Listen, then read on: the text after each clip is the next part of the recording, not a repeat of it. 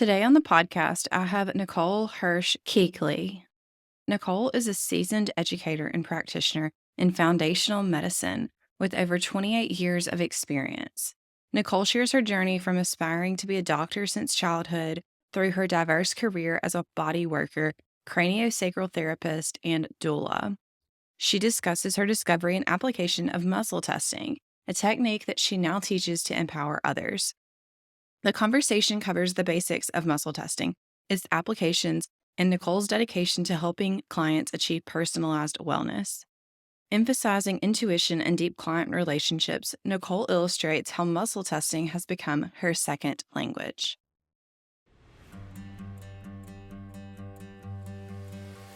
You're listening to the What the Gut podcast, where busy moms can come for a holistic approach to health and vitality. I'm Allison, your host, a holistic health and wellness coach.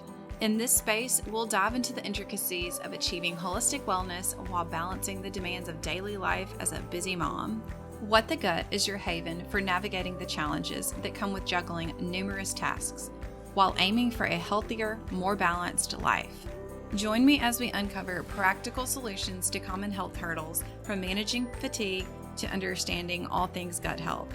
Through insightful discussions, actionable insights, and tailored lifestyle strategies, my goal here is to empower you to embrace a vibrant, nourishing life while saying goodbye to being overwhelmed and exhausted. So if you're ready to embark on this transformative journey towards holistic well-being, hit that subscribe button. Get ready to discover the secrets to thriving in motherhood while nurturing your overall wellness. A quick reminder, everything discussed here is for educational and empowering purposes only and is not intended for personalized medical advice. Consult your personal healthcare provider for personalized medical advice. Welcome to What the Gut, where we create our own path to holistic health, one episode at a time.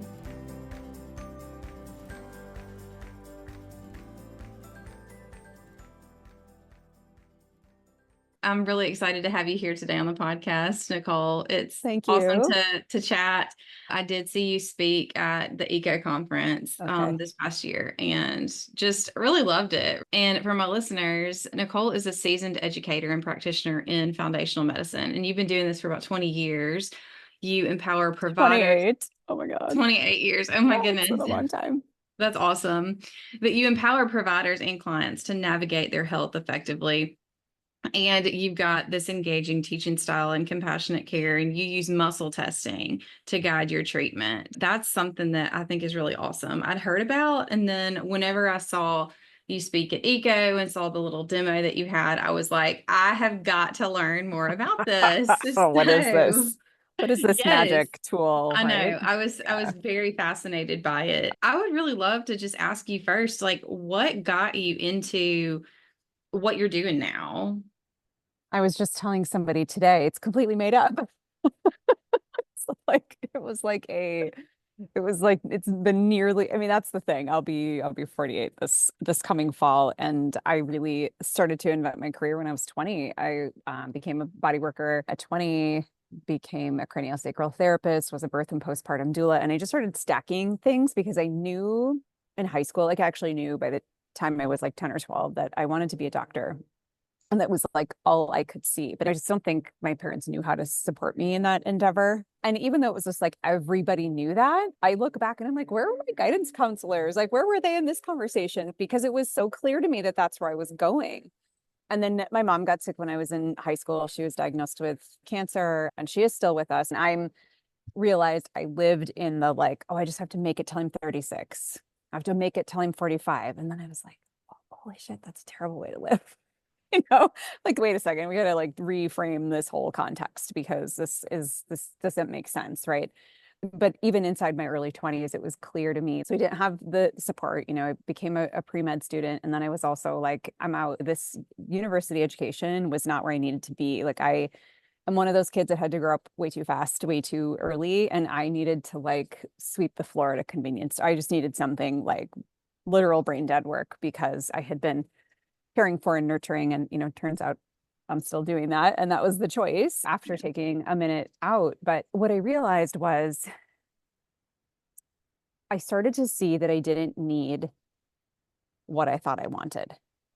Does that make sense? Like I thought I had to have these initials behind my name. I thought, well, if I wasn't going to become a doctor, then I should become a chiropractor. And if I'm not going to become a chiropractor, then I should become a midwife. And if I'm not, like, it was like Yeah. that. And instead it was like, actually, wait a second, what is it that I want to do? I want a relationship with moms. And I mean, that's where my love was, right? Like mom, baby.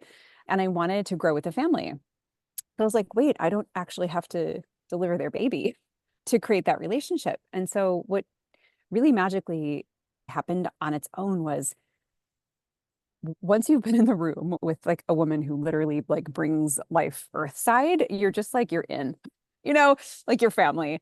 And it was a total honor and a cool opportunity. I didn't intentionally position myself in this way, but what I realized all these years later is I became the go-to. And I think because I love to just naturally and warmly connect people. Like, oh my Yeah. gosh, you would love, and like you know, whether that's like friendships or like practitioner to like, you know, client or patient. And so back in the days when like a Rolodex was a thing, it was just like it was just kept getting thicker and thicker. And it's because I would meet this practitioner and I'd be like, oh, you're a great fit for this particular family. And if I didn't have the answer, I knew somebody who did. And that part for me, that sort of this is why I love muscle testing, I think, is like it's like the super sleuth. It's like the Sherlock Holmes in me. Actually, I threatened my 20-year-old the other day. I was like, I need like a trench coat and a black hat and like a pipe. Yes. She was like, you've gone too far. Funny. And so it did, I literally just started looking at like what makes sense now, what fills my bucket, like what keeps me interested and attentive, and mostly what keeps me curious, and then what fits what my client needs are. And so where can I blend together whatever that is? Then it was like some health coaching, and then it was working in a functional medicine clinic, you know, stacking certifications. This is where my interest took me. So I learned a muscle test at 20. I didn't use it very much in those first years, being a doula and primarily being like a structural practice, right? Because what I found is I'd find the area, okay, whatever it was that went weak, but I could find that same area by just holding the feet at the end of the table. I could feel, Yeah. I just would be drawn right to it. So it became this way to kind of in a fun way double check what I already knew needed work. But I also appreciate the just the tapping in and how loudly my intuition has spoke to me from the beginning. So, you know, by the time I was 26 and had our first baby, bringing them to a muscle testing practitioner was just like was a Routine. given, but I can't Yeah. actually tell you or remember like who made that. It was probably our doula, like our Bradley instructor at the time, now that I think about it, right? Who would have been like, oh, they're really great. It's chiropractor, but also, you know, does muscle testing and will help this reflux situation or whatever it is. Yeah. But it was just normal, you know, it was Right. just like the normal thing for us to do. And, you know, I then sought out care for myself. And then it just kind of progressed 15 years ago, probably, as any like young mom with a small little gaggle of children for whom we want to raise ourselves, right? But also, those are the times where you're just trying to make ends meet. And like one parent is always gone. And do you know what I mean? And you're just, Yes. it's so stressful. And I kept thinking, I have all these little revenue streams. I love what I do so much. I love being able to meet and serve these families in multiple ways. Like Mhm. maybe I was their body worker, and then I was like their childbirth education instructor, and then I became their doula, and then I sort of like became family, and then I was in, and then I was the one to receive all the questions for what do I do, you know, or the middle of the night phone calls. And I was happy to receive them. It gave me the warm fuzzies. Again, like I said, even if I didn't know the answer, my frustration began to build when I would say this was probably like 12, 13-ish, where I was like, why is going gluten-free and dairy-free now the new canned answer? Like, that was very frustrating because you could see it made a difference in the general population, but not everybody. And Yeah. that was super frustrating. It made a huge difference for me. So I was like, oh, heck yeah, like give it a try, right? But in a coaching practice, it was like, why isn't it moving the needle for you? And like it to totally move the needle for you, but why not? And so I just remember thinking, if there was just one little specific bit of information that I knew about her and about him and about that wee little one, like I know it could be a game changer. But how do I know what that needs to be and how do I get access to what that is?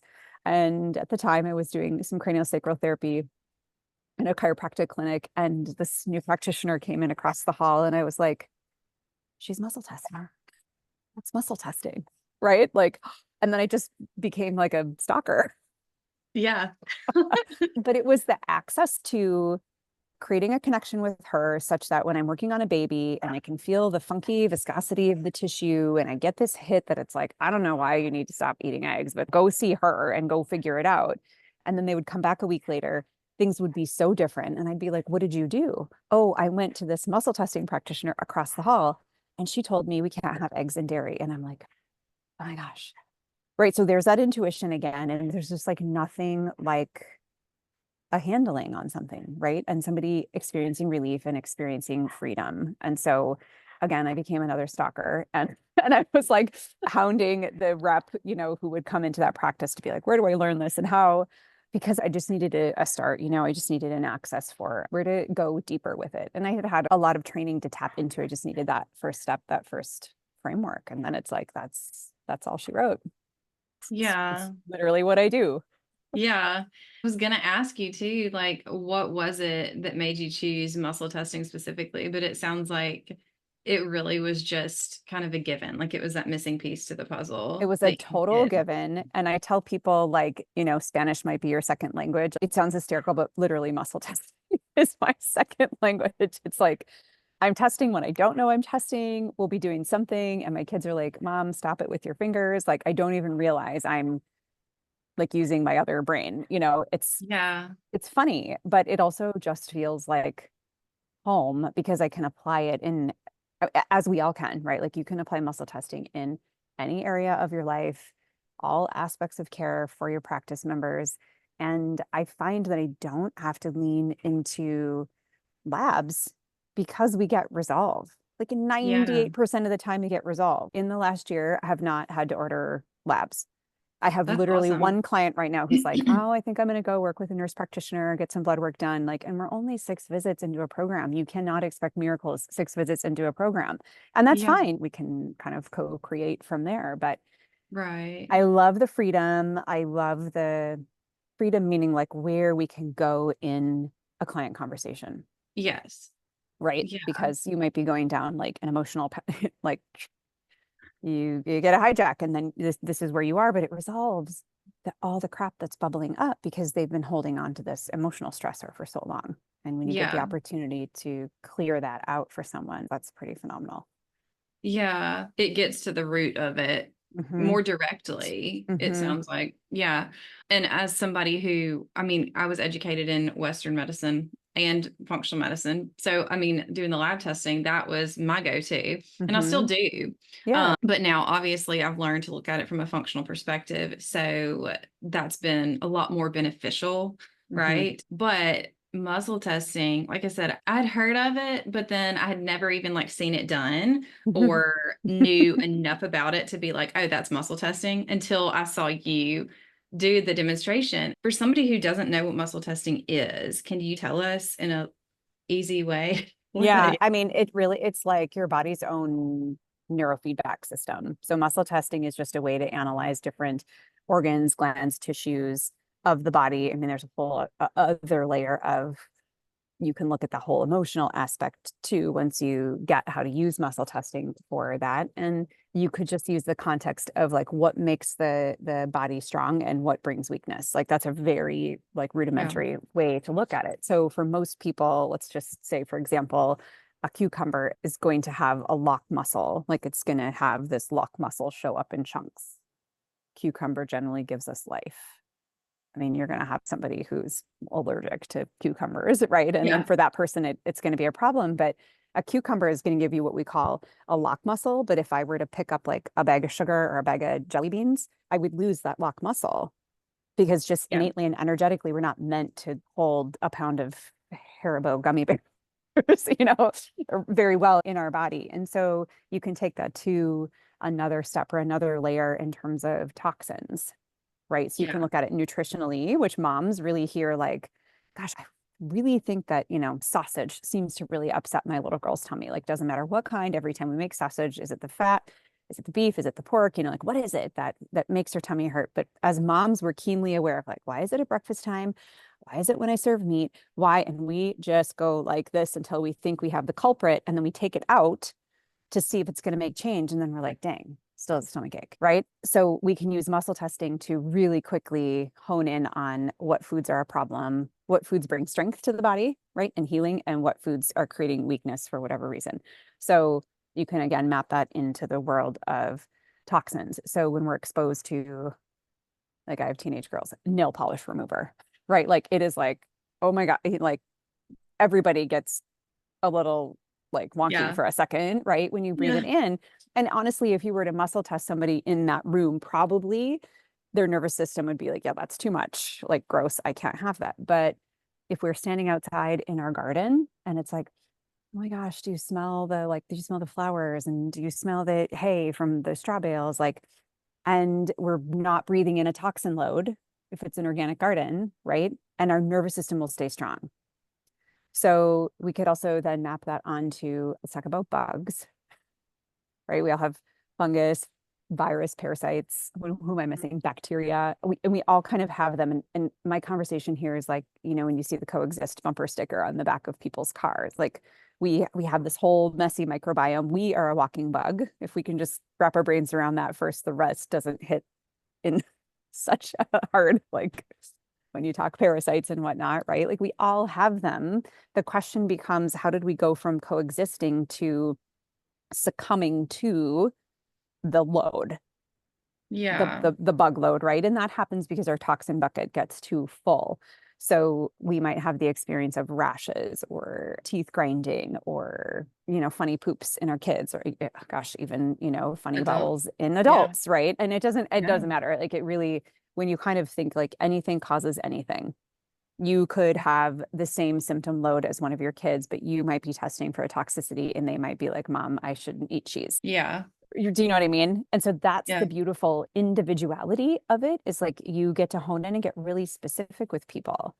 So moms really love muscle testing. And, you know, when I teach like an intro to muscle testing course, I would say a quarter of the people in the room are moms. They're either my clients who are like, oh, I just want to be on the other side of the table because I just want to like, I want to know what you're thinking when you're like, oh, interesting. Ah, right.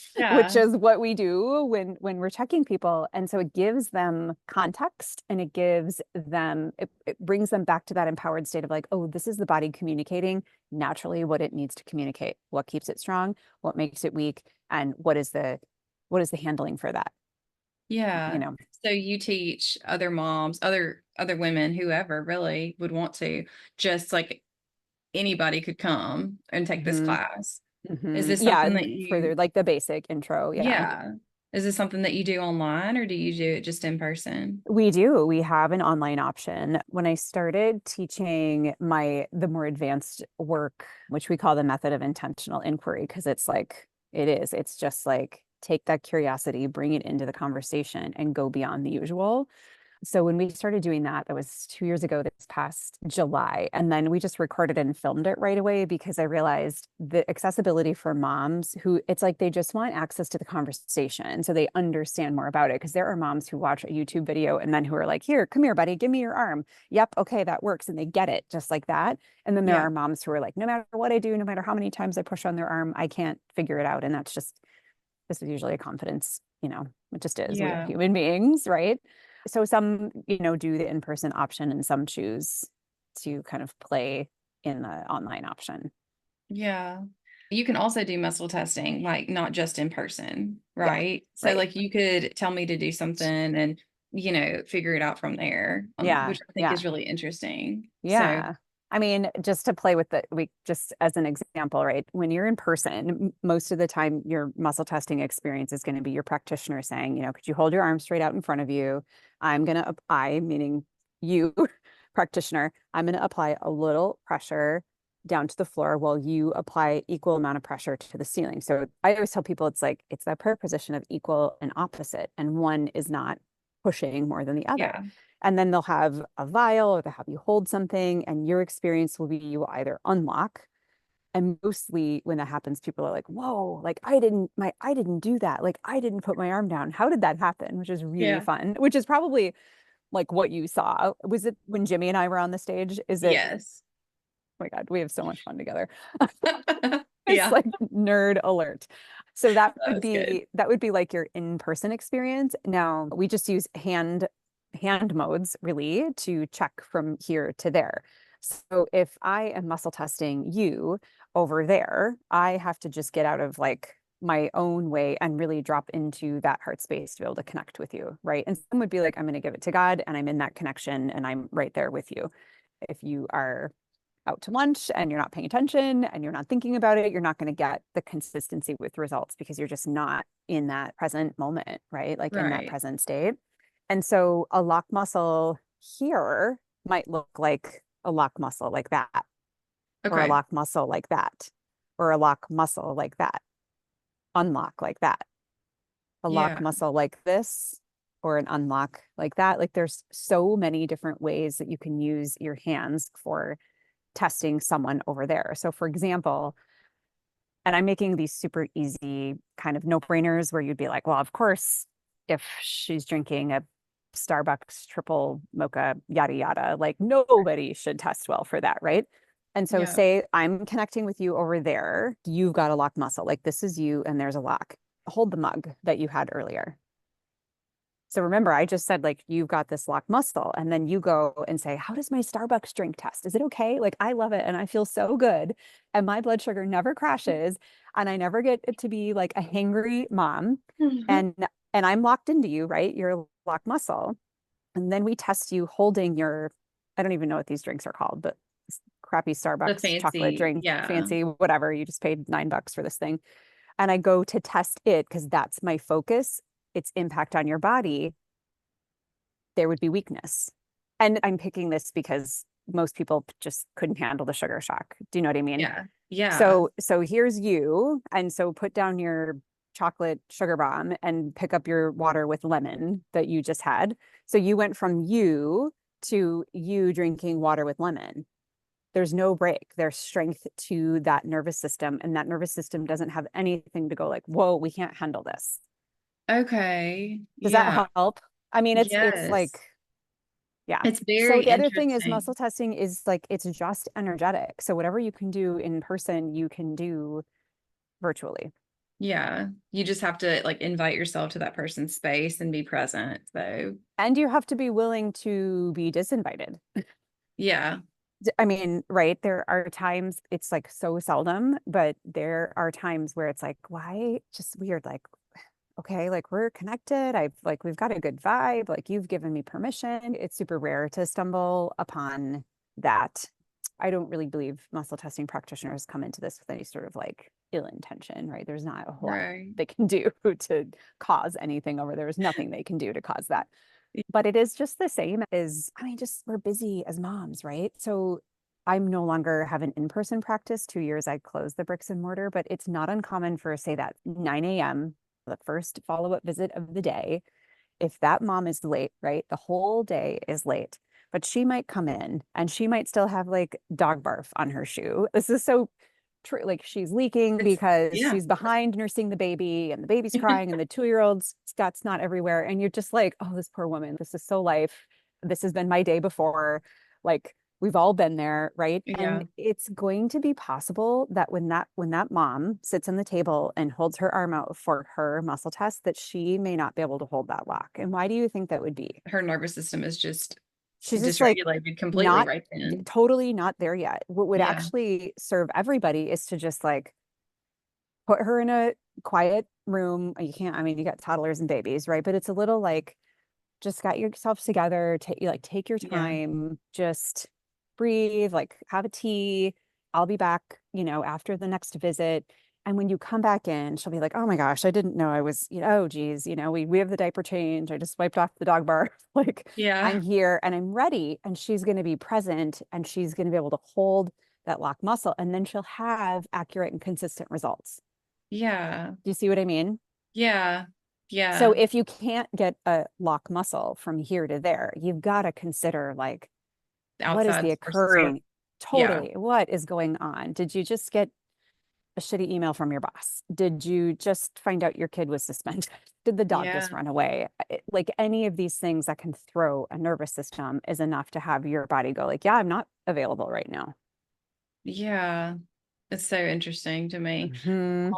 I know at the conference there was somebody out in the lobby that had all the different test tubes to test for and was doing muscle testings right there. And so I jumped Hmm. in line, and my friend was there with me and she videotaped it. And I'll have to look back, but he told me I had parasites for sure in like Sure. one very specific area in my gut, Sure. like one very specific area. And I have been working really hard on my gut for the past few years, but there's something missing still. Like I know I can Mm, feel a yeah. little bit better, but definitely have overcome a ton of things. And so when he said that and he was like, it's only this one particular area, I was like, oh my goodness, like this is crazy. And then he did something else and was saying like, there's a lot of trauma or stress that you're holding on to. And I was really going through a lot of stress at home and Hmm. just some hard things. And so like the things he was saying, I was like, how would he know this? Hmm. It was Hmm. insane. And so Hmm. needless to say, I started the parasite protocol after that. But I That's the mean, thing. It's like muscle testing is like you can't keep secrets. And I don't mean it like yeah, nobody's like super sleuthing around to get in the dirt, right? But it's why I no longer practice one of the like previous trainings that I had because there was a complete lack of willingness to venture into that world of emotional well-being. And I'm not a mental health provider and I don't take on the role of a therapist and I don't treat, diagnose, and prescribe. But I tell you what, when the lady on my table or across on Zoom just signed those divorce papers that are 7 months in the making, I have been along her side for all of that time, yeah, right? And you can't tell, like, we can't out supplement that, right, right? right. So if we're not looking at the whole picture, right? And we're not listening to the whole thing, what would happen is if that trauma there hadn't been recognized or acknowledged, that little parasite pod would just expand. And Yeah, why? Because it's just got a direct feeding source of stress exactly. and toxicity. Like toxins are stress. Yeah, Stress is a toxin, right? yes, Yeah. yes, So it's fun. And I think anybody could be like, oh, come on. Well, A, we all have parasites. So duh, like how he could just say that and we would know. And oh, we all have stress. But it's the whole if you know, you know, right? Because you know in that moment if there's that immediate resonance, right? Where you're like, how, right? You're like, how? Like, this is what I've been dealing with at home. And nobody tapped into that before. This is right. actually really impactful. And like, I know it's stressful, but like, oh, it's like showing up, right? Yes. Yeah. And I think for me, just being in this space myself, it's so different when you're trying to like help yourself Yeah. because you don't see it the same way. Right. So I'm like, I'm doing all these things to take care of myself, but I know that there's something missing. And when that was addressed, I was like, okay, like maybe that's it, right? Like, Right. because, Yeah. I know I'm doing X, Y, and Z, but it's like, okay, parasite, that makes complete sense. The Mm-hmm. trauma causing all of that makes complete Mm-hmm. sense. And that was the one piece I hadn't looked into. And so it was so interesting. But my friend Mm-hmm. definitely videotaped that whole thing. And I was just like, it was great. You've been exposed. Yeah. And it's interesting because what we use on the stage at Eco was me support. Like Yeah. we did a demo of, if I remember correctly, Jimmy just like did a quick run through. Yeah, because I was pulling vials for him. So what was going on where in the body, finding the solution, seeing how far out it was impactful, like how far out in your information field, is it a Mhm. problem, finding the solution and how far can we drive that back in to create that strength in the body. But then we always do this really fun demo with me support because it's a really powerful herbal lymphatic drainage, mental emotional support. Like me, I need the Which mental emotional I support, went, right? Like I that's went what and it's bought called. like 3 containers of it after that. I I know. And it makes a huge difference topically for people. It makes a huge difference when there's like a range of motion issue, like we saw. If any sort of musculoskeletal stuff from the shoulders up is very easy for a crowd to see. And we kind of like cackle, like it doesn't get old. Like it does not get old Yeah. because the response is always like, and there's always a kind of feedback from the audience, if you will. They're like, no, like, no, that's what. It's really fun. I know. My friend and I were sitting next to each other, and as soon as that demo happened and we saw just the change in the range of motion, we were like, what? Oh Yeah, my goodness. right. Like, I and know. you can't make that up because you pick Right, somebody random out in the audience. And I'm right. like, this isn't a magic show. Like, this is No. real. Yeah, yeah. I Yeah, know. it's so interesting. Or, Yeah, I mean, yes. And then there's like this practical application when you're working with a client, we tend to want to jump into their biggest symptom issue, right? Their rash, their migraine, their whatever, their terrible periods for 3 weeks at a time, whatever it happens to be. And we start jumping on the symptom and we start jumping on that, whatever the lab showed, the highest toxin load or whatever the lab showed, we start killing. My belief is we really miss the boat if we don't actually start addressing their emotional stress first. yes. Look, And so it just keeps a cap on all this stuff that's there. And this just continues to fester and, the bucket overflows and not from good things. Right. right. So it's a matter of how do we get them in touch? What kind of resources can we give them? What kind of tools do we have in our own toolbox? Right. Sometimes we have supplemental emotional support and sometimes that works and sometimes it doesn't. Right. So Yeah. that's what I mean by that. Yeah, I like that. I was saying something earlier to somebody about how it's really annoying whenever you go to a provider and they're like, okay, what are your chief complaints? And you might get to talk to them about 2 or 3 things if you're lucky, Mm-hmm. but the little things don't matter. Just your chief complaints, just the big Right. problems. Not, I don't Right. want to know your little problems, right? Like those don't Right. matter. And it's Yeah. just such a joke because it's like knowing, okay, no, like how are you really doing? How are you really Mm-hmm. doing compared to how well you could be doing? Like Mm-hmm. that's what matters. And so, Mm-hmm. yeah, I really like that. How you said get a Mm-hmm. handle on the emotional stress first perspective. So I know that you were talking about if our nervous system is so dysregulated, it's hard to get clear on muscle testing to Mm-hmm. tap into the other person, or even like if you're the provider doing this for somebody, or even the mom trying to check out your kid, right? And Right. you're frazzled, like you're going to get mixed results. I'm curious for you, Nicole, what's a non-negotiable for your own self-care? So I do an hour of butt in seat every morning before I start my day. And that means it's early. It's like usually starts at 5:30, Monday through Friday. And it's been like 15 months that I've done this. And I did this because I had a crash with my own health 3 years ago that it took me out of my practice for a couple of weeks. It took me down to 50% for like 6 months. And that is just not cool. When you're like, I'm walking the talk, you guys, like I'm supposed to be super healthy. And we're just crashing and burning because we're momming and we're wifing and we're right Yeah. taking care of everybody. And I realized I needed to change the way I was setting up my day. I was setting it up like get up, exercise, like get it done. Just get, and I wasn't even like a high intensity person. It was just like get my exercise out of the way in the morning. Mm-hmm. And I just had this like intuitive ping is what I'll call it. It was like get up and just sit. I was like, that Yeah. makes me want to. I was like, are you sure? Are you sure this is a good idea? And it took me a couple weeks. I still like kind of travel into my little living room with this little basket of things because it's like, oh, I'm going to get bored or I'm going to, talk about ADHD. So I have my journal and I have the book that I'm reading and I have my cup of coffee and I have my little fascia blaster or my vibe orb that I'll sit against the chair and work on my shoulder. So it doesn't matter what happens in that hour. I'm butt in seat and it's for me. And about a month after I started to do that, the Healy came into my life. It's a frequency device. I mean, I knew it was frequency. I just didn't really know about it, like its capacity. And we had frequency tools in my office, they're currently sitting in storage. But, it's like, oh, they're fine. And we know this is a knowledge thing. This is a logic thing. As practitioners, we've seen the science, we've seen the studies, we know these things are impactful, right? But they were the kinds of things that our clients were not like, oh, I can't wait to get on that again. Oh, I feel this big difference. It wasn't that kind of experience. I was like, so frustrating. They wanted all this equipment. We bought it. And then they're like not psyched about it. So what gives? So I had been virtual at that point. I had kind of a fleeting prayer for something to kind of sneak attack the health of my 16-year-old. We're both kind of were in like a chronic Lyme mold scenario.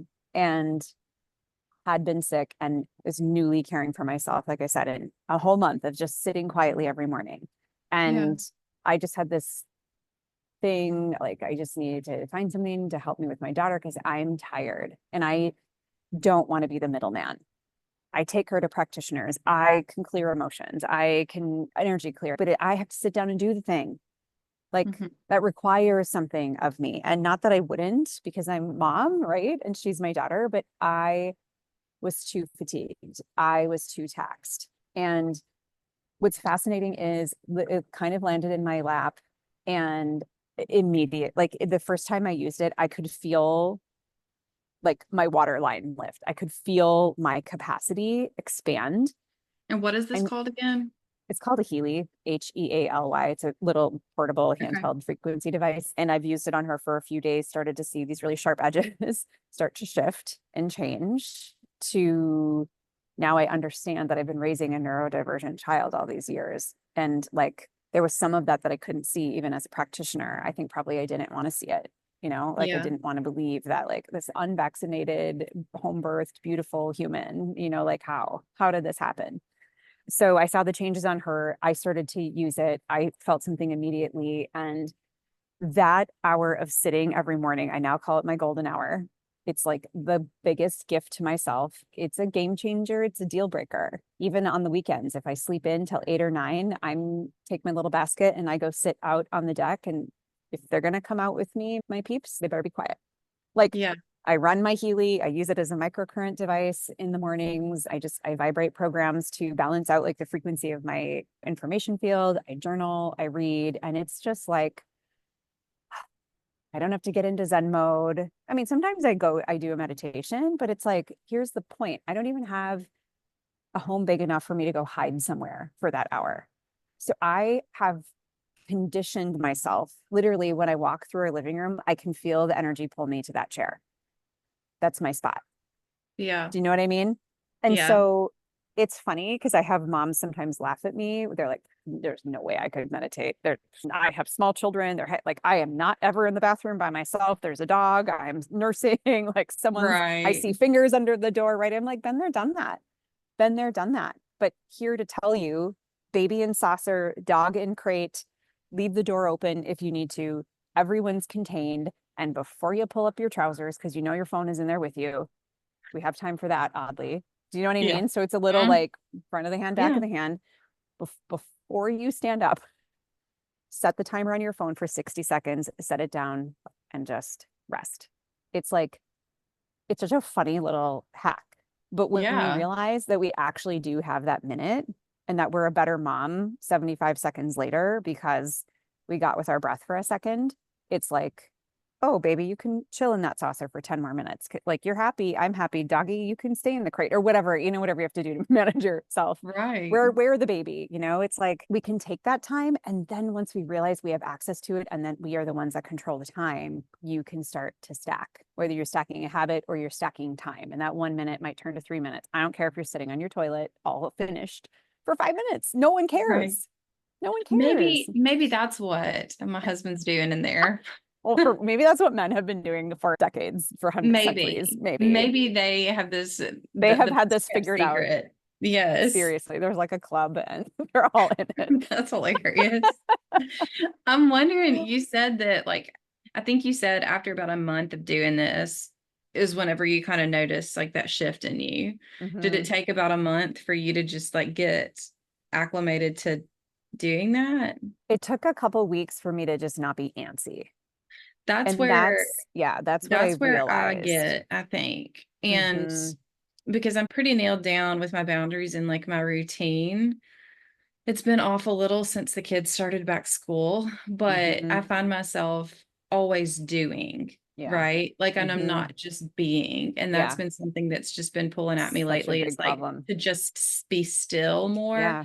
and not be doing a ton of things. I mean, I think like Hmm. if you're reading or journaling, like that's different because you're Yeah. tuning It's to not here, yourself. right? It's here. It might not be Yes. here, but you're like, that was the biggest thing for myself. I even sometimes I'm like, am I just like doing it wrong? Because I go from my book to my journal to my whatever. I have like a little vision board kind of on my phone, like it's in my notes, and I scroll through that, but it's my vision of what I'm creating and what I'm dreaming and what I'm manifesting. And I like it because it's with me. I like it because at any moment I'm like, oh, I have this picture of whatever peace means to me. And I can Google that image and copy paste it in my note and be like, sweet. Okay, another image of what peace or surrender or acceptance or whatever it Yeah. is that I'm working on looks like. And I realize I don't actually care. There's no wrong answer. There's no wrong way to just surrender into that space. But yeah, it was a couple weeks of just kind of like antsy, like I shouldn't be doing, I should really work out. I should, da, da, da, da. But what I started to notice was the more space I take for myself in the morning like that, the more space I have in my day. And getting the exercise in whenever isn't a problem if that's what I want to do that day. For someone who's been like active and fit my whole life, I know that over exercising was never a problem. It transmutes energy for me, right? So Yeah. movement. And so it's like I walk more than I used to be like a jogger at best. But I'm like, I don't care. I walk and walk and walk and walk. And my kids laugh at me because they're like, Mom, your walk is like insane. And if you're excited about something when you're walking, like nobody can keep up with you. Like that is not a walk. You are basically like run walking. But it's all to say it's just like what is your rhythm? It doesn't have to be every day, but that like non-negotiable self-care is huge. And when my husband really started to see that sometimes I don't give a flying, you know what, about the dishes, or maybe that morning I don't actually care if I made the bed. I care if you didn't make the bed, but I don't care if Right. I didn't make the bed, right? But I found like I could just let stuff go like way more easily, and the mom triggers went down significantly, and I just got back to myself. And I was Yeah. like, wow, it's been at that point 46 some years, and I don't know the last time I wasn't busy doing. Right. Right. Right. It So I sounds so think some of that is healing. probably like the PTSD trauma response, right? Just like keep going, don't stop, don't stop, don't stop. So also Mhm. there's been some things to handle because things come up, right? But it's like I just Yeah. take it to the pages first. Literally. I just take it to my journal first. And then I'm like, oh yeah, this is worth a conversation with my therapist, right? Yeah. Or it's just a conversation with my husband or whatever it is. But it's like because I and just sitting, I also believe it's really just disappearing a lot of what kept me going. Do you see what Yeah. I mean? Because it's just like it's Yes. made that connection. My body's like, oh, if I can sit and I can be, then the world can happen around me and I don't really have to care. Yeah. Yeah, I love that. It's really inspiring too, because I know that you were telling me how your mom was sick and you just Hmm. kind of grew up taking care of people and like that was Yeah. kind of always your thing. And then like being a Yeah. mom and like these are things that you wanted to do in a sense, like, Hmm. and it's your gift, right? To care for Hmm. people in this way. But it's also one of those things that can bring you a lot of stress Hmm. and put a lot Yeah. on you. Yeah. But it's nice to see like that going through all of that, being put all this responsibility on and being able to find time back for yourself, Yeah. and being able to heal Hmm. from that. Right. So that's just really inspiring. You mentioned that you went through a period of time where you and your daughter, I think you said, both Hmm. had Lyme and mold toxicity. So what was that like for you? And is that one of the triggers that really got you to where you were like, okay, I need to have this time to myself? That's Hmm. what kind of led to that. Yeah, Hmm. I'd love to hear more about that. Well, I was like a sick kid, but I don't really think anybody knew that I was sick. Does that make sense? Oh yeah. It's like, yeah, I mean, when you think of like being a kid of the 80s, my God, I had strep, whatever the rule was, 12 times in 1 year. So then they take your tonsils out, by the time I was 7. And then lymph has been like my battle, right? And my mom had a lymph cancer, and so did my maternal grandmother. And I'm like, I look all across the cousins, the aunts, and their Hashimoto and their hypothyroid. I was like, I'm not playing that game. I'm not jumping on Right. that train, right? So I have to do things differently. And I could see that really easily, even as a teen. Yeah. So, and especially watching my mom get sick. I mean, it's funny because she says like I was in remission within like 4 months, and I'm over here like I legit thought you were going to die for 2 years. So I think Yeah. it was you're waiting every 3 months for that next level of like remission. Okay. And so I'm sure that that's all my 16-year-old brain was hanging on to. Right. And I also developed an ulcer within 6 months of her diagnosis. So I just know. I had been like overgiving and overdoing and kind of running that rat race. And so I'm also surprised I graduated high school because I just was never there. There were days that I couldn't stand up because like I just comfortably, like physically couldn't because my stomach hurt so bad. But it's like hindsight's 2020. My bedroom was the closest to this sort of like gulch, like this little ditch that was outside of our house. And so as the water would rise there, I could see the water coming up the vent in my floor. And so what they would do, they would, I guess they just didn't know any better at the time, right? They would pull back the rug, put a fan in my room for a little bit, put the rug back down, like, right? And Yeah. that room years later, after I was done using it and my sister was done using it, I'm sure one of my brothers was in there. And then, my mom started to use it as like a craft room. I mean, there was black mold crawling, on the sheetrock. Oh gosh. So it's like, and that was a brand new house. My dad built that house when I was 4. And so I think just that predisposition and knowing now in my adult life, I don't know, maybe it's been 10 years since my mom was diagnosed with Lyme.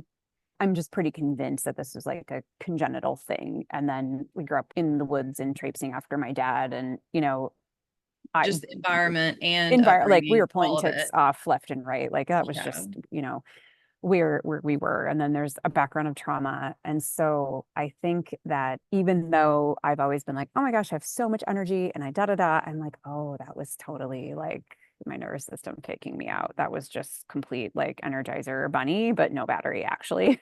That was just Yeah. like go, go, go, don't stop, don't look back, just do what you can to get away. Yeah. And so I can see where there have been 4 times in my adult life, it's been knock on wood, probably 4 years now, where I have had gallbladder attacks. And of course, it feels like a heart attack. Yeah. And the last time it happened, I legitimately had the heart attack symptoms pulled up on my phone. I was just said to my husband, like, I'm not ignoring this, just so you know, I'm not. But I also know I've been here 3 other times. I know what this feels like. And then calling on my people who are like, yep, gallbladder, yep, yep, okay, let's do this, let's do that, right? And the last time that happened was just a couple of months before, like, I crashed big time. And it's only because I know with the test kits what I've tested for that I had Lyme and multiple co-infections showing up. Mold at that point, I had done a urine panel, but whatever, that had also shown up for years too. It was just like a fungusy human. I didn't do well in damp environments. I didn't do well with the heat, right? So drainage pathways super out. And it wasn't until 3 years ago, this past July, my oldest crashed, just had a third concussion in the same spot. And so I dove into mama care, which meant like around the clock sleeping with her because that meant hallucinations and all the things that come with that. So then like my ATP is down. She ended up with a staph infection. I ended up with a staph infection. My 16-year-old ended up with a staph infection. My now 9-year-old ended up with, and we were just like from July to November, we just fell like a house of cards. Like it just was, and it was this full and complete surrender of just like, what the actual fridge, Yeah. come on. And also knowing enough to know what is that toxin load that we are all exposed to right now. Of Right. course, that was the land of this thing they called COVID, which is a toxin load, parasite load, right? And then here we were like experiencing this awful, just by the time it hit me, that's when like I had to close the practice for 2 weeks, but I still had a staff to pay and I was the sole practitioner. Like that was so scary. And healing emotionally from that, healing physically from that, desperately trying to get back to where I was, and then realizing, well, this is the reason I had to crack through the shell and have the whole phoenix rising out of the ashes, is because that didn't work. That can't be something I go back to. This Yeah. has to be the new norm, whatever. And that's when I was like, actually, like the 40s are really great. There's just pardon my language, a whole bunch of fucks that you don't give anymore. And like just this world of like embracing and accepting and surrendering. And that's really what I got. And it's just so funny because middle-aged women, that's the biggest thing that they struggle with is what people are thinking, how they look. They can't let go of the, can I fit into this or that? And it was this freeing experience of, oh, okay, I can be that next role model for actually, it's all about what you want here. It's all about standing in that future fulfilled. This was crap. This was not working for so many Yeah. reasons. And there's no reason to have to go back to that. Right. Yeah. So the part that would make it hard is obviously when all of us crashed at one time, but then, if I flared at the same time that she did, that's what would make it super. That's just what is crushing.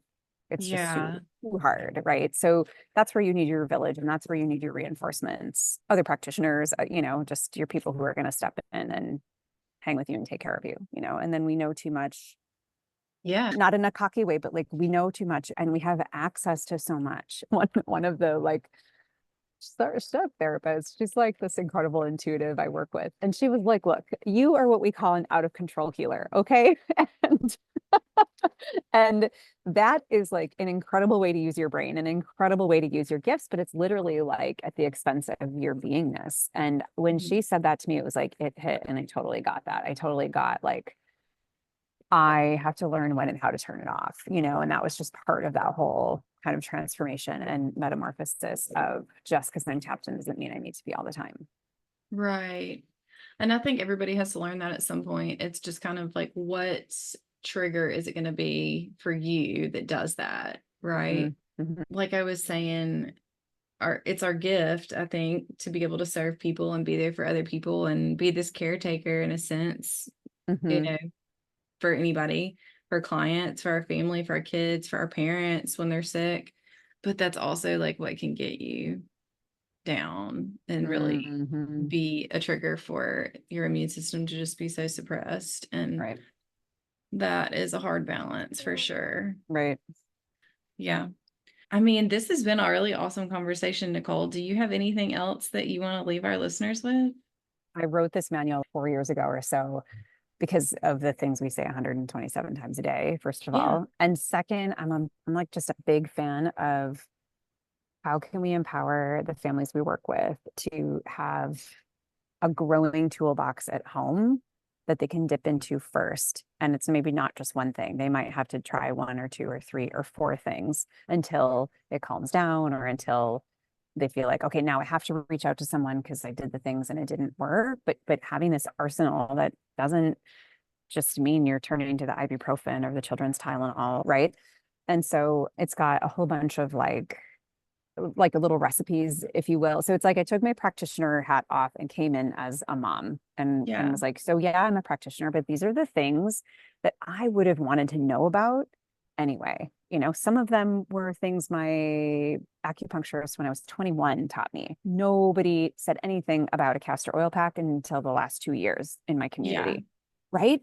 Like Yeah. these were things I knew about way back then that made just a huge difference for my health and well-being. And so as moms, just as someone interested in self-care, they can just download it to their phone, or I actually say really like just print it out and slide it into like a report cover and put it into like your kitchen cabinet, because that's your control center, and that's where you are when everyone's in breakdown, right? Or in the bathroom, like Yeah. one of two places. But it's like, then you're not, where's the download? It's the thing, and I can't find it. And you can actually start to accumulate some of these things that cost $35 at Walgreens.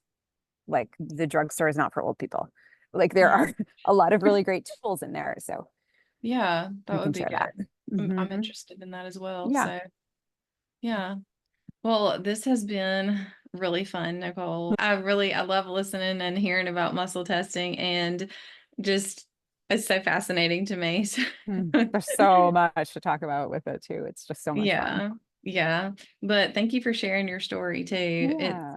It's been really cool because since I've started doing this podcast, I started it in January. I've met so many cool people and had so many awesome conversations. Just maybe I planned on talking about one thing, but then it grew into some You're like, different conversation. But it's been so fun and I've learned yeah. so much and made these awesome connections. So it's just been a really heartwarming experience. So Well, yeah. and I acknowledge you for taking it on with all the small people in the background.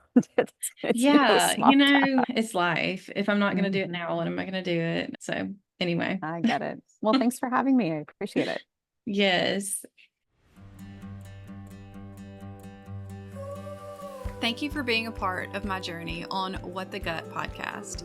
For a deeper dive into today's topics, head over to AllisonandWellness.com/whatthegut or find the detailed show notes linked below. Hey, and don't miss out on future episodes. Hit that subscribe button, and if you love this one, please leave me a review. Let's keep the conversation going over on Instagram. Connect with me and stay updated and engaged with my awesome community. Plus, share these valuable insights with your tribe. They deserve to feel as amazing as you do. You can find me at Allison_and_wellness on Instagram. Your support means the world to me. I'm looking forward to our next awesome chat. But until then, stay curious, don't drink too much coffee, keep the vibrant energy flowing, and take care of your gut. Catch you real soon. Oh, and hey, if you're ready to dive deeper into personalized wellness, check out my one-on-one health coaching program at AllisonandWellness.com. Let's make your journey to holistic health truly transformative.